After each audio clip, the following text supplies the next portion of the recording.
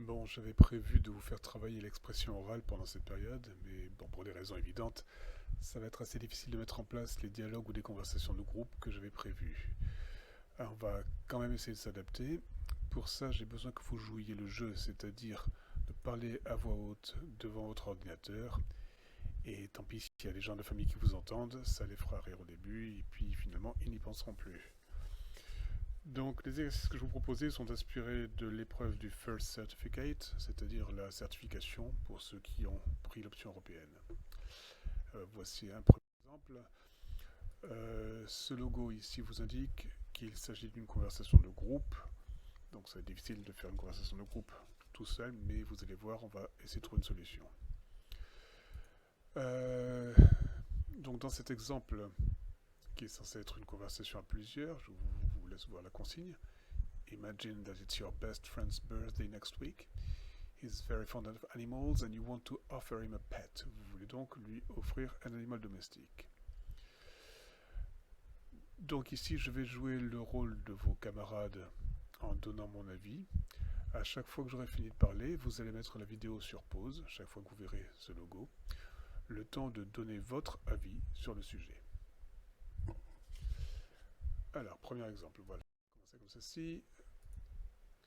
This is what your friends think. Listen to them, then say if you agree or disagree, and I really want you to develop your arguments.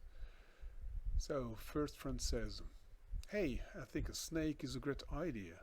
It's original, it's quiet, there's no need to take it out for a walk." Donc là, vous allez mettre sur pause et répondre à votre ami. Dites si vous êtes d'accord ou pas d'accord. Je vous laisse mettre sur pause et vous essayez votre réponse.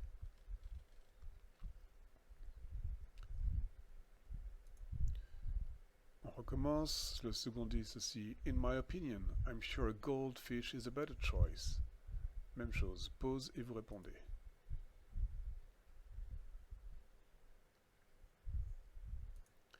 "A goldfish? You must be kidding. A guinea pig is what he needs."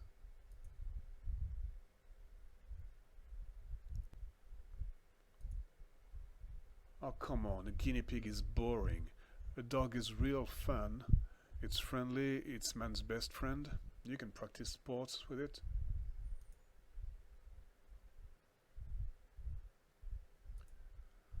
"Why not a parrot? They're so beautiful. And you can also train them to say funny things or even rude words."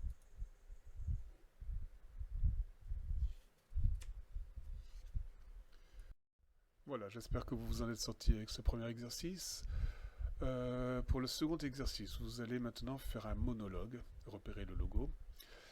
Il va falloir parler en continu le plus longtemps possible, spontanément et sans rédiger quoi que ce soit. L'exercice va consister à décrire une photo, mais surtout à faire des suppositions à partir de cette photo. So it doesn't matter if you're not sure about anything in the photographs. It's good to speculate. That means to imagine about them using phrases like these. C'est-à-dire que pour vous préparer, je vais vous demander de faire ce petit exercice avant de commencer. Vous complete these sentences with the words in italics. Voici les mots en italique. Et voici les phrases à compléter. Ces 4 phrases vous amènent à faire des suppositions. À vous de trouver le bon mot qui correspond pour que vos phrases soient correctes. Mettez la vidéo sur pause le temps d'écrire ces phrases dans votre cahier et relancez la vidéo quand vous aurez terminé.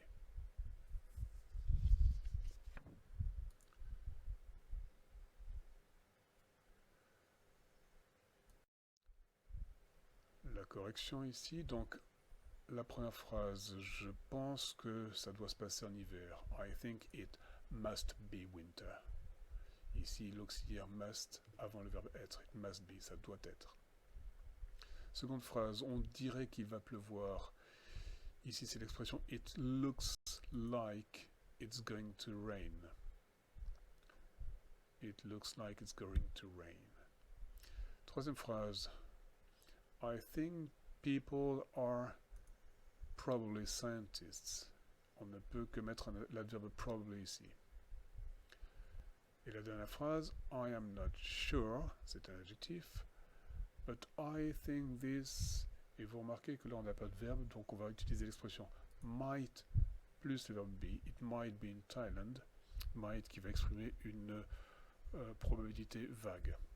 Ça se passe peut-être, vraisemblablement, en Thaïlande. Voilà, quand vous êtes prêts, voici la photo que vous allez commenter.